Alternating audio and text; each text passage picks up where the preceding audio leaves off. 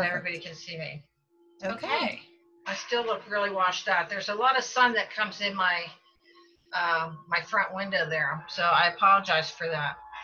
You're good. So Wendy wanted me to do a discussion like I did for her coworker Ken, and it's mostly centered around my book. Not that I'm trying to sell you my book. If you want to get my book, it's available on Amazon. But that's, you know, this is not it's not a book reading or a book selling.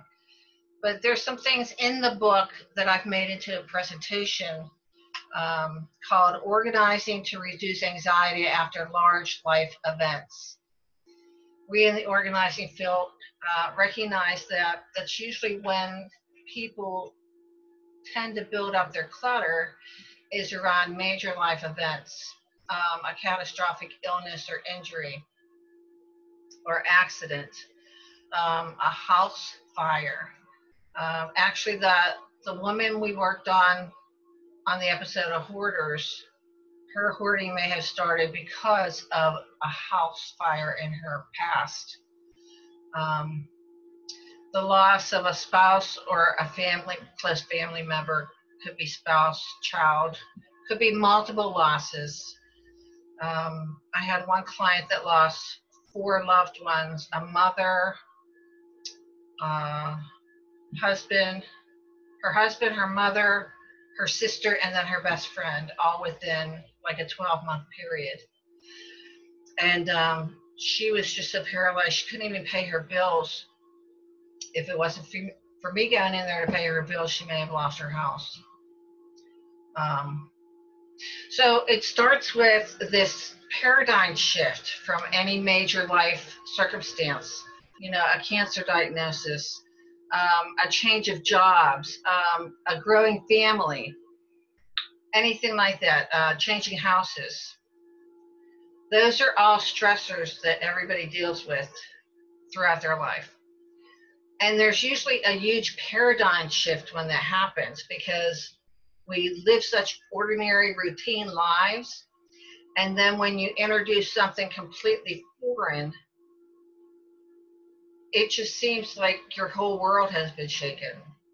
And I talk about this in my book. In 1994, my father passed away.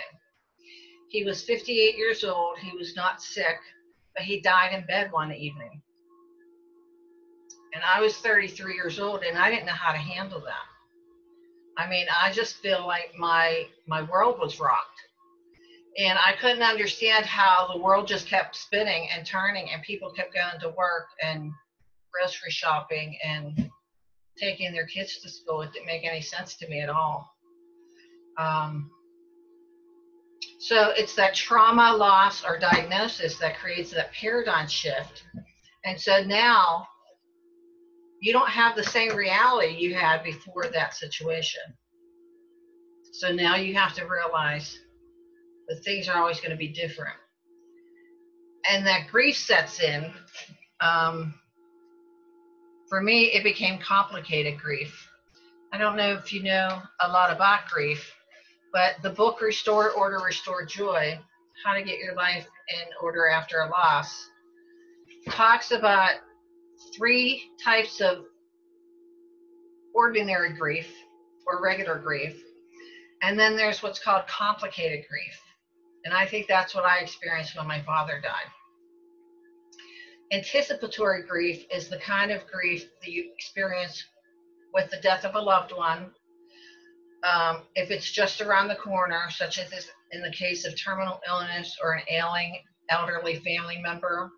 While painful, some psychologists believe this type of grief may help to shorten the post-death grief process because so many of the related emotions are worked through ahead of time. That's anticipatory grief. Unanticipated grief. The type of grief is often associated with unexpected loss, such as from an accident, heart attack, or other surprise event. They did rule my father's death a cardiac episode. Ambiguous grief. This form is the result of a circumstance where there is little or no closure about the unfortunate event. For example, if a loved one is kidnapped and never found, a pet runs away, a child abandons, or a parent abandons a child, or a child abandons a parent. That would be ambiguous grief. There's also complicated grief, which is listed in the DSM-5 as a mental health disorder. The American Psychological Association estimates that 15% of bereaved people are at risk for developing complicated grief. According to the APA, this form of grief is more severe than typical grief and is characterized by feelings of meaninglessness, changes in personal beliefs, exaggerated searching or yearning for the deceased, and marked shifts in personal relationships. 2 years after my father passed away,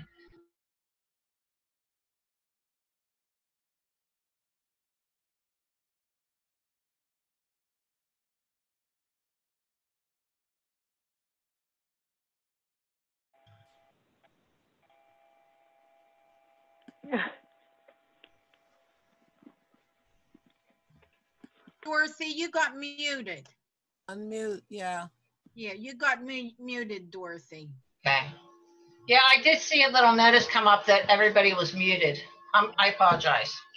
What's the last thing I said? I got unmuted too. Does anybody remember where I left off? Shifts in the personal relationship. Okay, shifts in the personal relationship. Let me go back Yes. there then.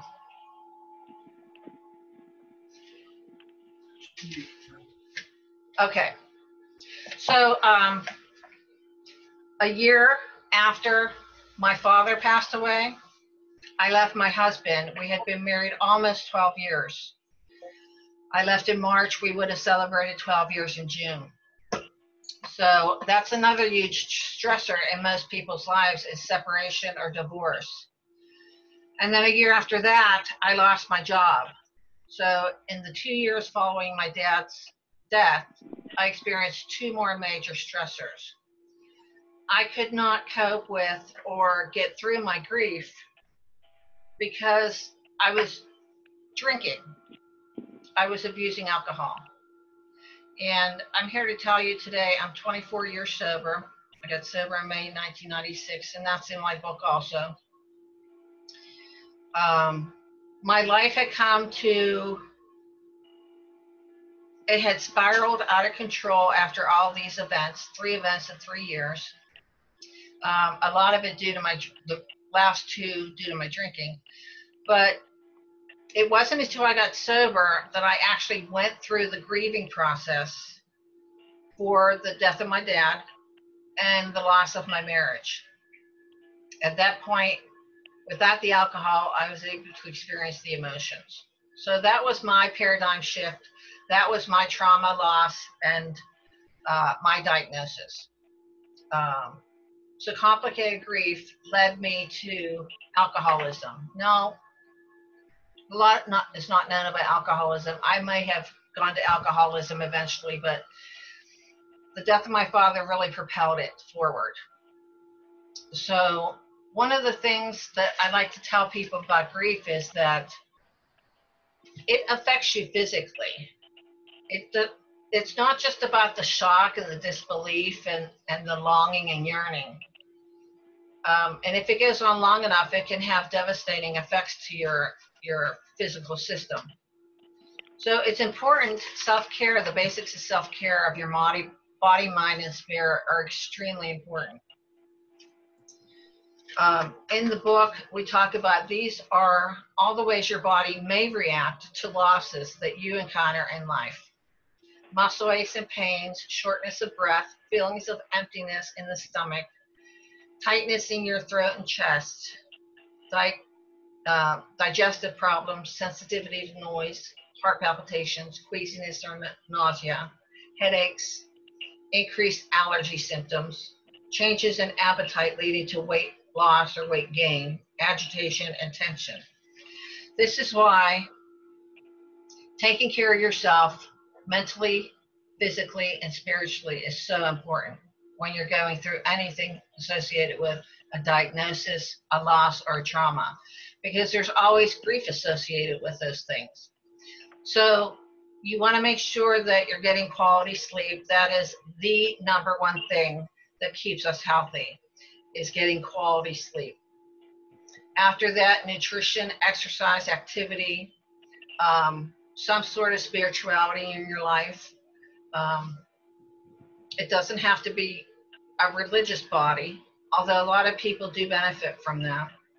Helping others is another wonderful way to get out of yourself and to give back to other people. Asking for help was huge for me when I was in those situations. If I had not had the courage to ask for help, I would not have gotten through it on my own. And some people like to journal. They find that very helpful. My husband has been journaling his life since he was a teenager, and he continues to do it today in his 50s. He just gets a lot out of it.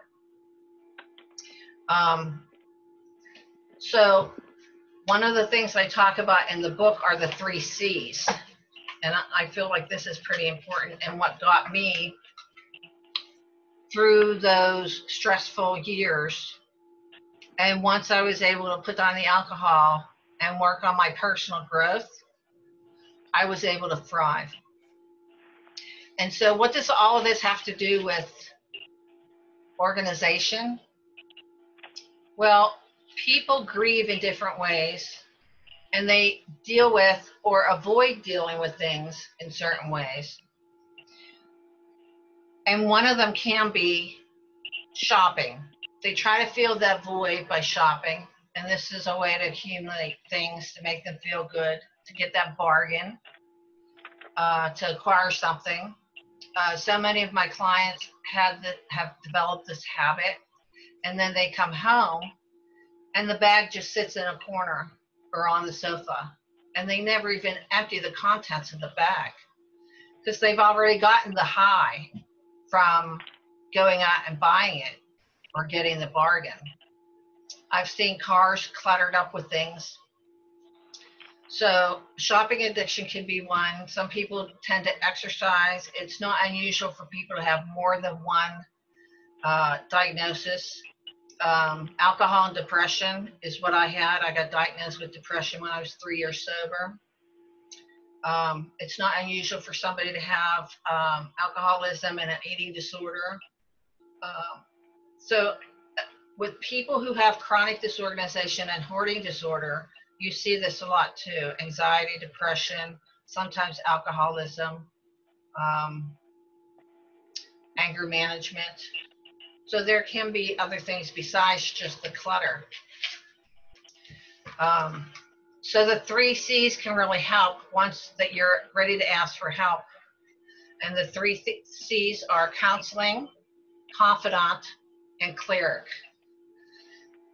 Counseling is for the emotional well-being, venting, problem solving, asking for help, getting some guidance, whether it's from a therapist or a coach, a life coach maybe.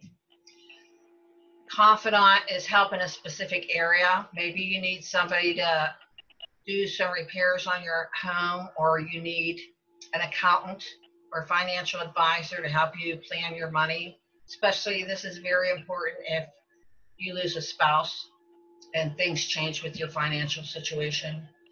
A business mentor, a sales trainer, a teacher, whatever it might be, a confidant can help you. In my case, in alcoholism, in the recovery field, everybody that is working a recovery program should have a sponsor. And this is somebody they can talk to confidentially and tell them what's going on with them and what they're struggling with, and maybe get some ideas. Because when you're emotional, you can't think straight for yourself. So it helps to have a confidant in your life that can really be honest with you and say, you know, have you thought about this, or can you try that? So that has been huge for me. And then the cleric is the spiritual motivator, the cheerleader, or the deep thinker that can help you take care of your spirit. Maybe that's your priest, maybe it's your rabbi, maybe you want to finally start studying Buddhism, yoga. whatever it might be, but you have to tap into that power that's greater than you. So those are the 3 C's. Now, planning your day or planning to do some organization, especially if you have one project. I've had a client who's had a few major health problems over the last few years. And when you go through something like that, I've had a few clients go through that. They're inundated with paperwork from the hospitals and the doctors. So getting that stuff together, understanding it, knowing what you can keep and what you can get rid of, and then finding a way to keep it in order so that you can reference it if need be, can help reduce so much anxiety for you. So just planning ahead and doing some uncluttering can help your brain to reduce that anxiety. Using a calendar to plot when you're going to do these things. I use an 8-step process with my clients, and it starts with scheduling time on a specific date at a specific time to actually do the work, whether that's with me to guide them, or when I'm doing presentations for the public, I share this in a handout and I say, if you're going to do this on your own, this is the first step. Make an appointment with yourself and put it on your calendar, date and time that you're going to work on this.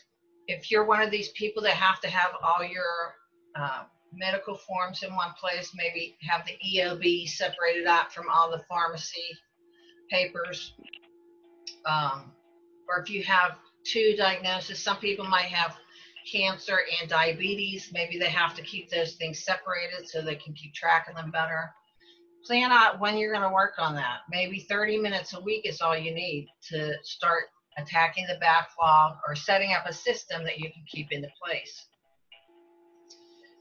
Write down your goals and practice the new system that you put into place. If something new comes in the mail, hole punch it, put it in that binder with all your other forms. If that's the system that you put in place. Maybe it's a file box. Put it in the filing system. Structure and routines can make you feel like you're getting back to a routine and a normalcy. A lot of us, I'm preaching this also during the pandemic.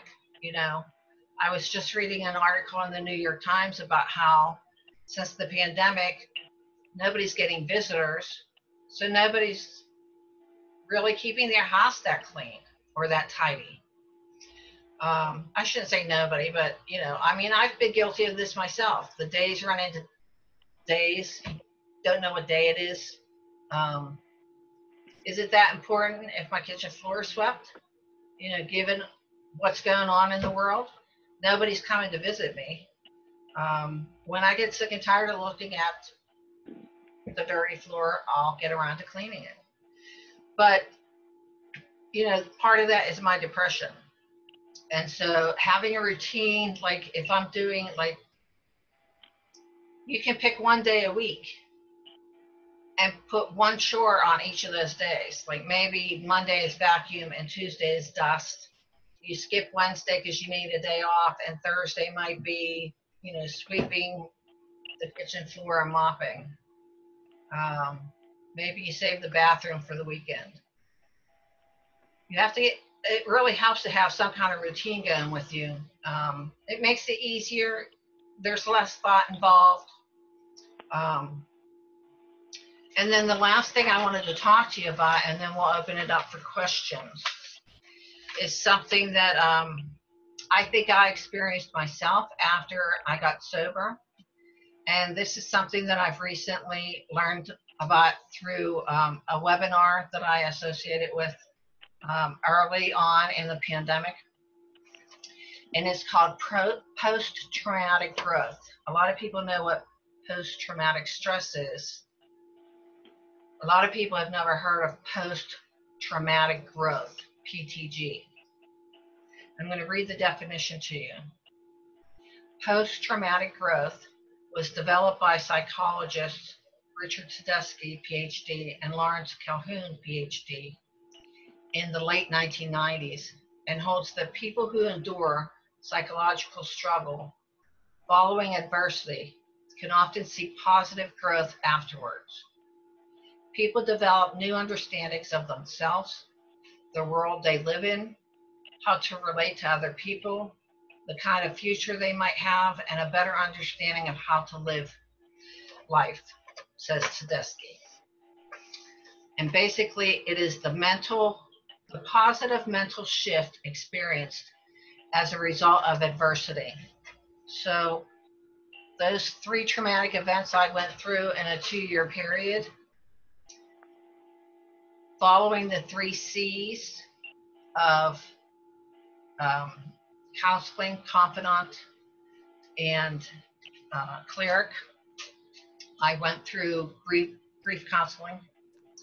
I got help with my alcoholism. I went through outpatient rehab.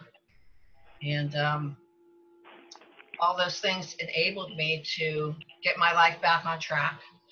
And actually, through the spirituality of the recovery program, I was able to experience personal growth like I have never had before in my life.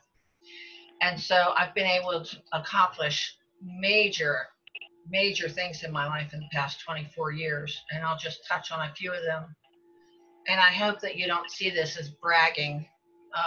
Some people can do this without going through any adversity at all. That's not my story. But because of what I've been through, I have learned how to walk through fear. And because of that, I've been able to learn how to drive a motorcycle. And that's one of the things I get a lot of enjoyment out of in my life today. For my 50th birthday, I jumped out of a perfectly good airplane. About a year after I got sober, I went on my first real vacation, and it was out of the country. And I had never been on an airplane before. So that was all very new to me. Very exciting, very scary, but I got through it. 8 years ago, I started my own business and started working for myself and became my own boss. And it has just been an absolute joy. And I'm here to tell you that I love being a wife and a mother and a grandmother. And just helping other people through whatever they're going through, whether that's in recovery, or I was talking on the phone today to a brand new professional organizer. She's still in another profession, but she has a plan for the next 2 years. She wants to become a professional organizer. So I did like an informational interview with her today, which is what I did when I was starting out, and people were gracious enough to talk to me about what they did. So I passed that on. I just pass it on, pass it forward. It gives you a great sense of accomplishment and gratitude and humility. So that's all I have for you tonight, and we'll open it up for questions. If you want any tips on organizing, I'm happy to share those with you right now, or if you want to talk more about my experience or your experience, I'm an open book, so ask